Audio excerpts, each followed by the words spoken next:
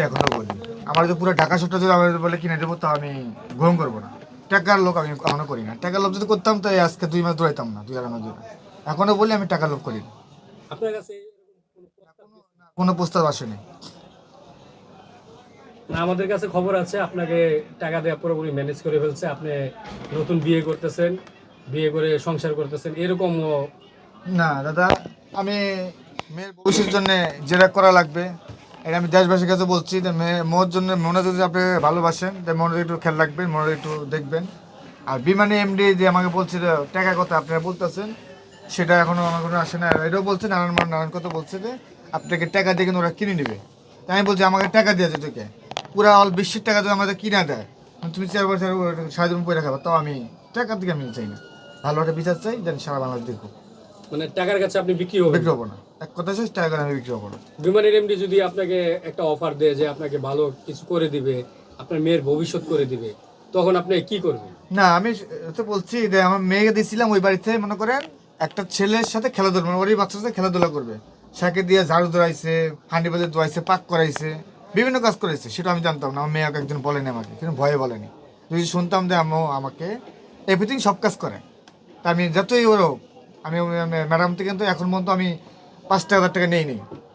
Madam কিন্তু বলছে যে কোর্টে আমাকে 30,000 টাকা দিছে, 35,000 টাকা 35,000 টাকা কোর্টে বলছে। তা আমি বলতে পারতাম, তা আমি বলছি কেন ম্যাডাম আমি আমার কোনো টাকা পয়সা নেই নি। আপনি বলতেন মেয়ের ভবিষ্যৎ করে দিবেন আর আমার একটা ব্যবসা দেওয়া দেবেন, এটুকু এই পর্যন্ত শেষ।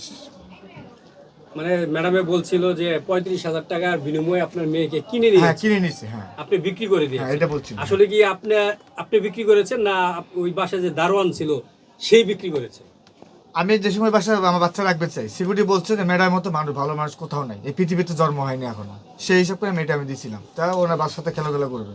আমাকে টাকা অফারও দিয়েছিল ওনাকে, ওই আপনি রোজার মাসে হ্যাঁ আমরা ফ্যাক্টরি দিয়ে কিছু টাকা, যাকে আপনাকে 1.5-2 লাখ টাকা দেবো, আপনার ব্যবসা করে খাইতে পারবেন। আর মেয়ের জন্য একটা ব্যাংকে অ্যাকাউন্ট করে দেবো আমরা, প্রতি মাসে ওর জন্য অ্যাকাউন্টের উপর 10,000 টাকা থাকবে। তাহলে আপনার 7-8 বছর তোমার মেয়ে থাকে, তাহলে অনেক ইনশাল্লাহ কিছু টাকা পয়সা হয়ে যাবে। এইসব করে বাচ্চারা কিন্তু আমার কাছে নিয়েছিল। যাক, মানে এই উপলক্ষে আমার মেয়েকে দিচ্ছে লাশ বানিয়ে।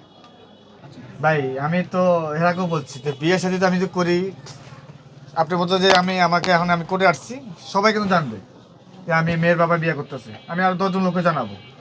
লোকসংখ্যা কিন্তু যে কোনো কাজ হয় না, এটা কিন্তু একদিনকে সম্ভব হয় না। আজকে 10 দিন সংসার করলাম, কালকে ওকে যাই।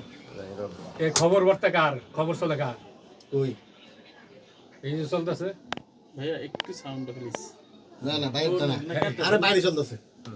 ভাই যাই যাই আচ্ছা যাই আজকে ভাই আচ্ছা একটু মোহনার বিষয়ে একটু বলবেন। আজকে মোহনার শুনানি